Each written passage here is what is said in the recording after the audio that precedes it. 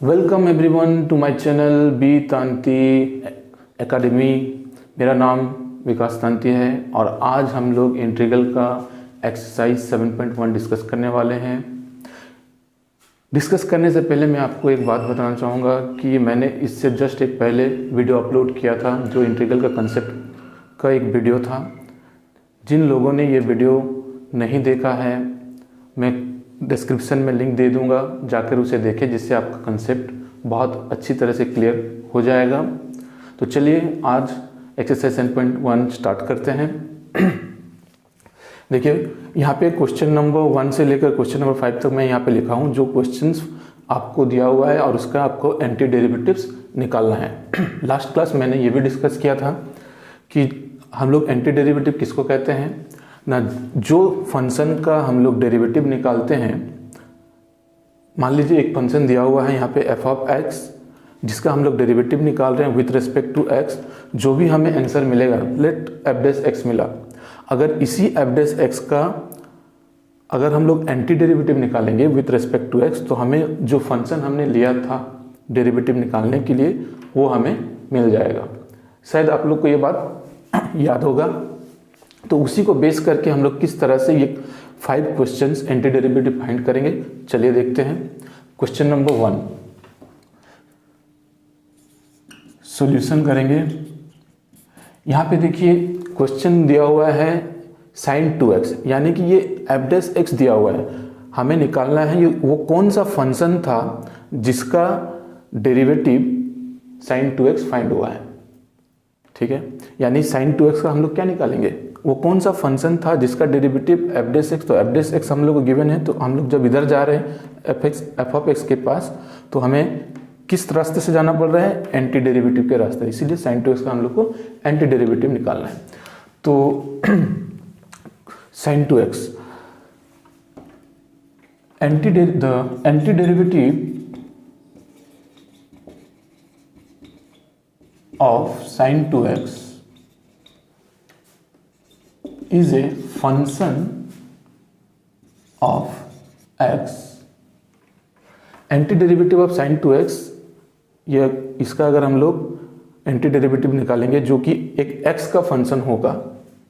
Anti derivative of sin 2x is a function of x whose derivative is sin 2x। इस बात को समझिए, anti derivatives of f dash x is a function of x whose derivative is f dash x। वही चीज लिखा हो, यानी कि कौन सा फंक्शन का डेरिवेटिव sin 2x होता है। आपने शायद डेरिवेटिव का फॉर्मूला आपको पता ही होगा। हम लोग को पता है cos x का डेरिवेटिव माइनस sin x होता है, यानी कि कहीं ना कहीं हम लोग को cos x का डेरिवेटिव लेना है। So it is known that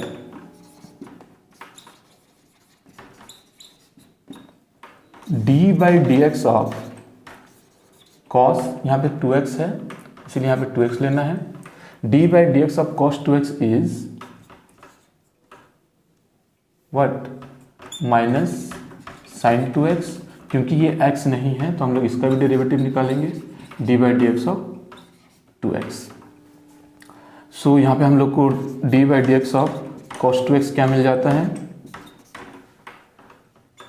ये D by D x of 2x is 2 constant है, बाहर चल जाएगा। D by D x of x is 1, सो ये -2 sin 2x। अब देखिए हमें यहाँ पे sin 2x का एंटी डेरिवेटिव निकालना है, यानी कि ये -2 को हम लोग इधर लेके आ जाएंगे तो हमें क्या मिल जाता है, ये हो गया -1/2 D by D x of cos 2x equal to sin 2x। अब ये जो -2 है ये कांस्टेंट है, यानी कि डेरिवेटिव के अंदर जा सकता है। So d by D x of -1/2 cos 2x is equal to sin 2x। तो यानी कि हमें यहाँ पे नज़र आ रहा है कि जब हम लोग -1/2 cos 2x का डेरिवेटिव निकालेंगे तो हमें sin 2x मिलेगा, यानी कि sin 2x का एंटी डेरिवेटिव क्या है, -1/2 cos 2x। Therefore anti derivatives of sin 2x is -1/2 cos 2x। शायद समझ में आया होगा आपको। सेकेंड क्वेश्चन करते हैं, find the anti derivatives of cos 3x। Simple उसी तरह से लिखना है हम लोग को, anti derivative of cos 3x is a function of x where derivative of cos 3x is whose derivative is cos 3x। now it is known that d by dx of, हम लोग को पता है हम लोग किसका डेरिवेटिव करेंगे तो हमें cos x मिलेगा, sin x का। तो यहाँ पे हम लोग क्या लिखेंगे, sin 3x। अब हमें ये पता है कि sin 3x का डेरिवेटिव क्या होता है, d by dx of sin 3x is cos 3x। क्योंकि ये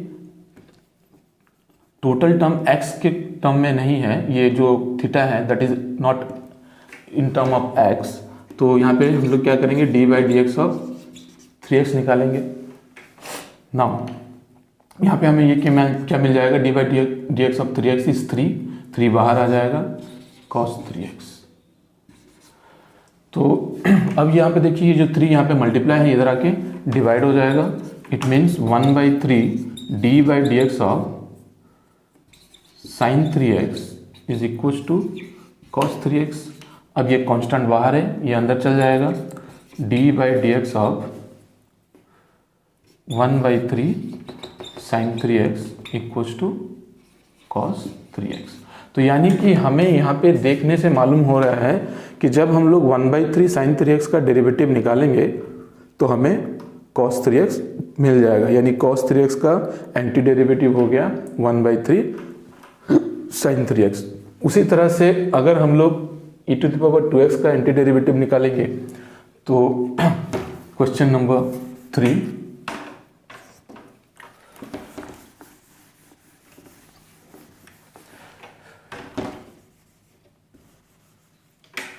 anti derivative of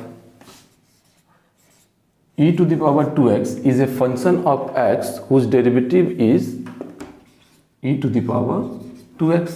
so it is known that किसका डेरिवेटिव करेंगे तो हम लोग को e⁻²x मिलेगा,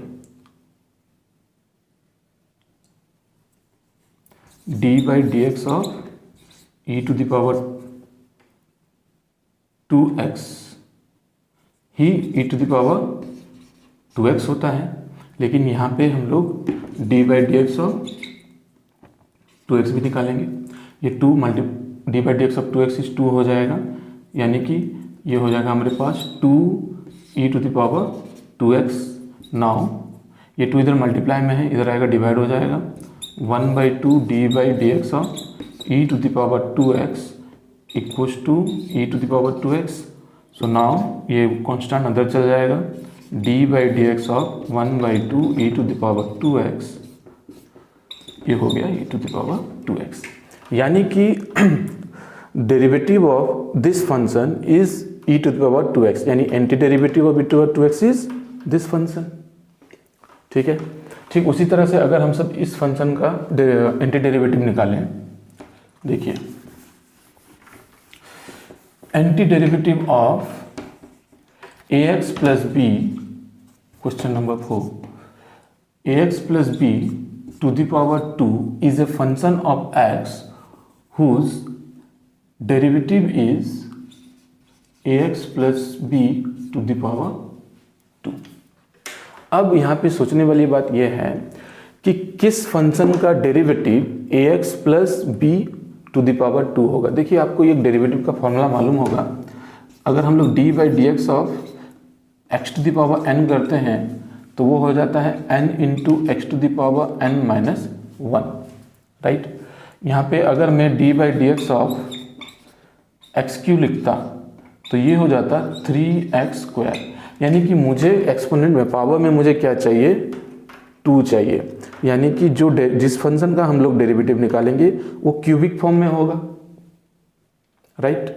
यानी कि ये स्क्वायर, इसका पावर अगर 2 है तो जो हम लोग का फंक्शन होना चाहिए वो क्यूब फॉर्म में रहना चाहिए, यानी कि यही फंक्शन को हम लोग क्यूब में लेंगे। So d by D x of A x plus B to the power 3 क्या हो जाएगा यहाँ पे, d by D x of x to the power n is n into 3 into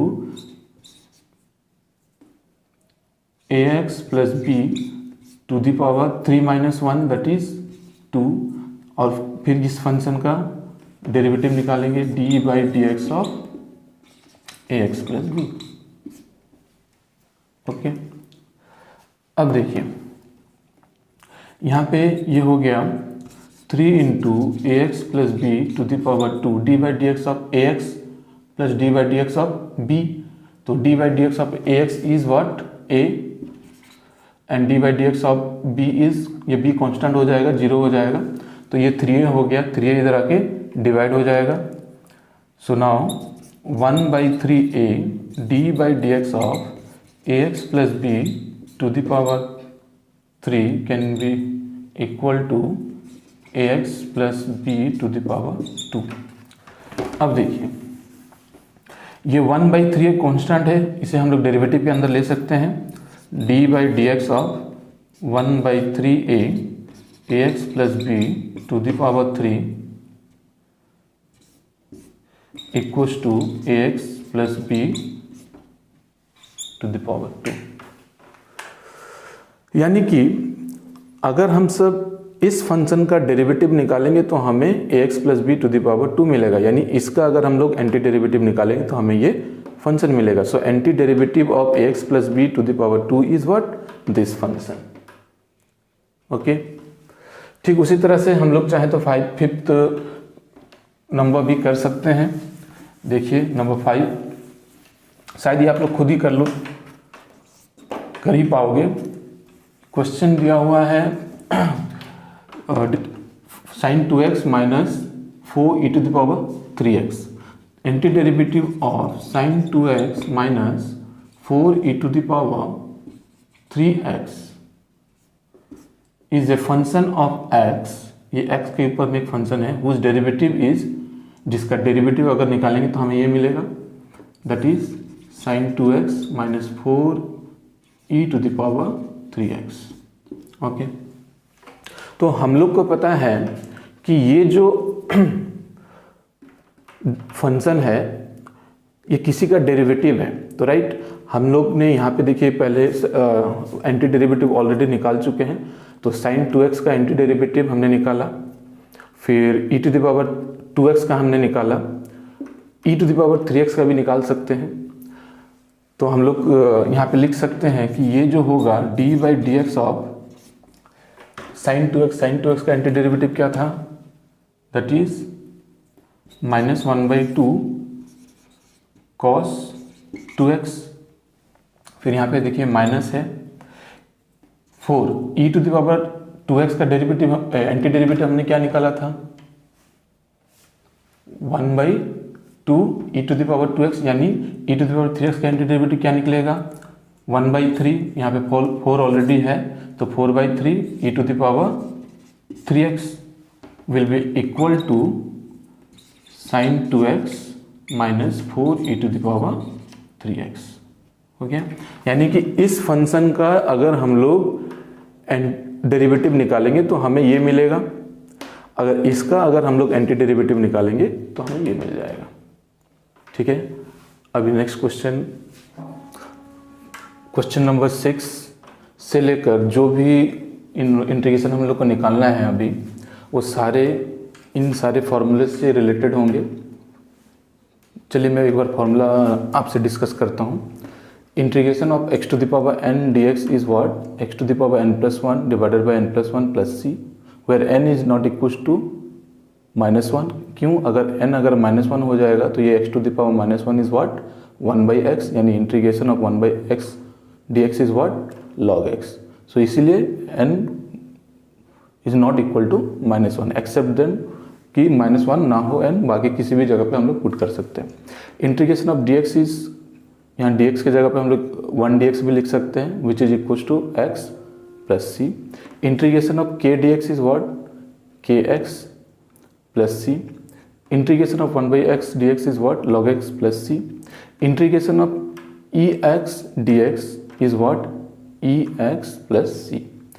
integration of e to the power kx dx अगर x के साथ कोई एक कांस्टेंट हो, ये क्वेश्चन नंबर 2 में भी हमने सॉल्व किया कि e to the power 2x का एंटी डेरिवेटिव इज व्हाट?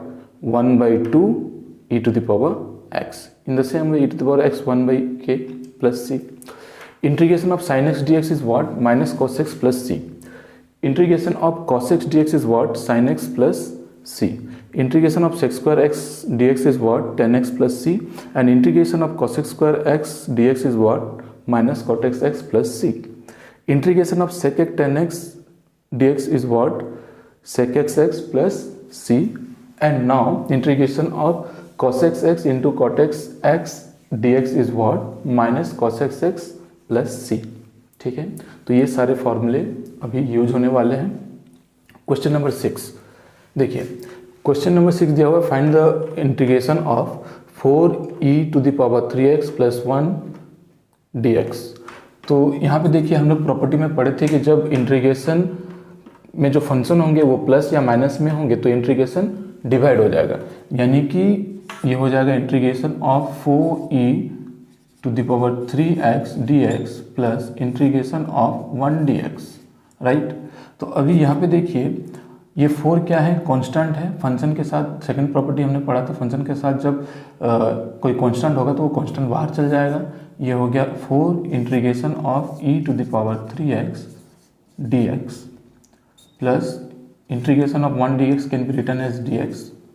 अब यहाँ पे देखिए ये हो गया 4 e to the power kx dx. e to the power kx dx is what? e to the power x divided by k, यानी कि ये हो गया आप लोग का e to the power 3x divided by 3 plus. अब यहाँ पे c मैं यहाँ पे नहीं लिख रहा हूँ क्योंकि इसका इंटीग्रेशन का एक कांस्टेंट होगा और ये dx का इंटीग्रेशन dx का एक कांस्टेंट होगा, दोनों का मिला के एक कांस्टेंट लिखा जाएगा. तो integration of dx is what? x plus c. तो ये हो गया आपका क्वेश्चन नंबर 6 का आंसर. नाउ क्वेश्चन नंबर 7, ये हो गया आपका integration of x square whole into 1 minus X square D X. यहाँ पे हमें देखिए ये दोनों, ये फंक्शन और ये फंक्शन दोनों प्रोडक्ट में है. हम लोग जब डेरिवेटिव कर रहे थे तो उसमें हम लोग को प्रोडक्ट रूल मालूम था, बट यहाँ पे हम लोग इंटीग्रेशन में अभी तक कोई भी प्रोडक्ट रूल हमने नहीं पढ़ा. इसी के लिए इस विदाउट प्रोडक्ट रूल हमें ये फंक्शन का इंटीग्रेशन निकालना है. यानी क्या करेंगे, पहले हम लोग ये जो एक्स स्क्वायर है इसे ब्रैकेट के अंदर मल्टीप्लाई कर देंगे. ये हो गया x square into 1 is x square into 1 by x square cancel, that is 1 dx. अभी फंक्शन माइनस में है, दो फंक्शन माइनस में है, इसको अलग अलग कर देंगे. Integration of X square D X minus integration of 1 dx. Integration of X square is X to the power n, that is X to the power n plus 1 divided by n plus 1 plus c. तो ये हो गया X to the power 2 plus 1 divided by 2 plus 1. फिर ये minus integration of 1 dx, that is x plus c. सो ये हो गया 2 plus 1 is 3 divided by 3, x to the power 3 divided by 3 minus x plus c. ये हो गया आपका answer. अभी अगर हम लोग क्वेश्चन नंबर 8 करें तो यहाँ पे देखिए ठीक उसी तरह से अलग अलग फंक्शन प्लस में है, इंटीग्रेशन अलग अलग कर देंगे. Integration of A x square plus B X plus C D X find करना है हमें. तो यहाँ पे इंटीग्रेशन ऑफ हो जाएगा a x square D x plus integration of b x d x plus integration of c D x. अब यहाँ पे देखिए ये फंक्शन के साथ ये a है, ये x के रिस्पेक्ट में नहीं है, यानी ये कांस्टेंट हो गया, ये बाहर चल जाएगा. Integration of X square D x plus यहाँ पे b फंक्शन के रिस्पेक्ट में नहीं है, यानी b कांस्टेंट हो गया, बाहर चल गया, ये हो गया x डी एक्स. यहाँ पे c फंक्शन के रिस्पेक्ट में नहीं है, c बाहर चल गया, ये हो गया डी एक्स. अब देखिए एक्स स्क्वायर डी एक्स, ये formula X to the power n plus 1 divided by n plus 1. ये हो गया X to the power 2 plus 1 divided by 2 + 1 into b x to the power 1, that is x to the power 1 + 1 divided by 1 + 1 plus c integration of dx is x plus c, ये small c है। Now final answer लिखेंगे अभी हम लोग। ये हो गया a x to the power 2 + 1 that is 3 divided by 3। ये हो गया b x to the power 1 + 1 that is x 2 divided by 2। ये हो गया c x plus c। ठीक है, ये था क्वेश्चन नंबर 8 तक। देखिए क्वेश्चन नंबर 9 सेम पैटर्न में है, इजी है, वो आपसे हो जाएगा। Question number 10, integration of √x - 1/√x whole square dx। अब हमें a - b का होल स्क्वायर का फॉर्मूला पता है, यहाँ पे वो फॉर्मूला डल जाएगा। ये हो गया इंटीग्रेशन ऑफ a - b का whole square that is a square यानी √x का होल स्क्वायर प्लस 1/√x का whole square minus 2 × √x × 1/√x। ठीक है, होल dx। अब यहाँ पे देखिए इंटीग्रेशन ऑफ √x का square is x, integration of 1/√x का स्क्वायर 1/√x का स्क्वायर इज x 1/x। यहाँ पे √x cancel that is -2 dx। अब यहाँ पे देखिए ये फंक्शन प्लस और माइनस में है, दोनों सारे फंक्शन में इंटीग्रेशन डिवाइड हो जाएगा। Integration of x dx plus integration of 1/x dx minus integration of 2 dx, ये हो गया। अब देखिए इंटीग्रेशन ऑफ x dx क्या हो जाएगा, पहला formula x to the power 1 + 1 divided by 1 + 1 plus integration of 1/x, integration of 1/x is log x, ये हो गया log x minus integration of kx is integration of k dx is kx that is 2x plus c। ये final answer x² divided by 2 plus log x minus 2x plus c। Okay, question number 11 देखिए, यहाँ पे question number 11 में find करना है x³ + 5x² - 4 divided by x² dx।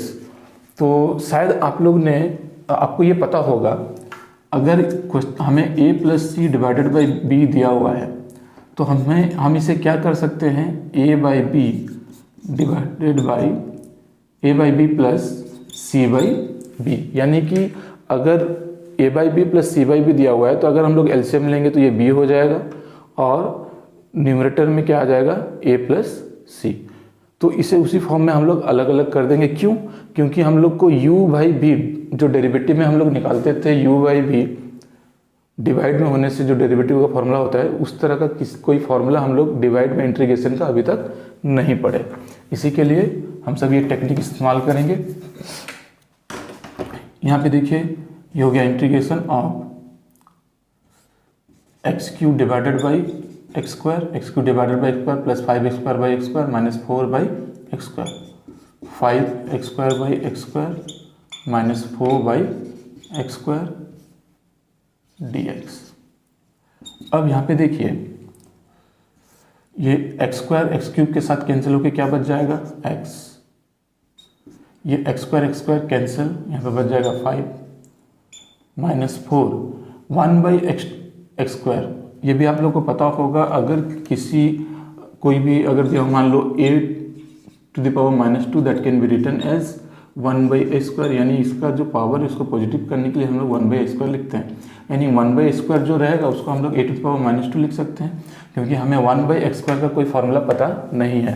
1/x का पता है और x to the power n का पता है, तो इस 1/x² को हम लोग x to the power n के फॉर्म में लिखेंगे। तो ये हो जाएगा x to the power -2 dx। ये हो गया। उसके बाद हम लोग क्या करेंगे, इंटीग्रेशन को डिवाइड कर देंगे। ये हो जाएगा x dx plus integration of 5 dx minus integration of 4x to the power -2 dx। अभी हमें पता है integration of X D is what X to the power 1 + 1 divided by 1 + 1. Integration of K D X is what K X that is 5x. ये 4 constant है, बाहर चल जाएगा. X to the power -2 integration of x to the power -2 is what X to the power -2 + 1 divided by -2 + 1 plus c. अब यहाँ पे देखिए ये x to the power 1 + 1 that is 2 divided by 2. ये हो गया 5x. नाउ ये देखिए यहाँ पे आंसर क्या बच रहा है, -2 + 1 is -1 minus minus plus, final answer लिख रहा हूँ. और ये x to the power -1 x to the power -1 क्या हो जाएगा, x to the power -1 that is 1/x, यानी कि ये 1/x हो जाएगा. ये हो गया 4/x प्लस c. समझ में आया? फिर से बता रहा हूँ, ये -2 + 1 इज -1 माइनस माइनस प्लस ये x टू द पावर -1 यानी 1/x और ये 4 हो गया 4 × 1 that is 4/x plus c. ये हो गया आंसर. क्वेश्चन नंबर 12 यहाँ पे देखिए, ये आपसे हो जाएगा. ठीक है, ट्राई कीजिए आप इसे. ये हो गया, जैसे ये √x दिया हुआ है, इसे हम सब क्या चेंज कर देंगे, x to the power √x can be written as x to the power 1/2. करने के बाद ठीक उसी तरह से अलग अलग कर देंगे. करने के बाद इंटीग्रेशन को भी डिवाइड कर देंगे, सॉल्व हो जाएगा. ठीक है.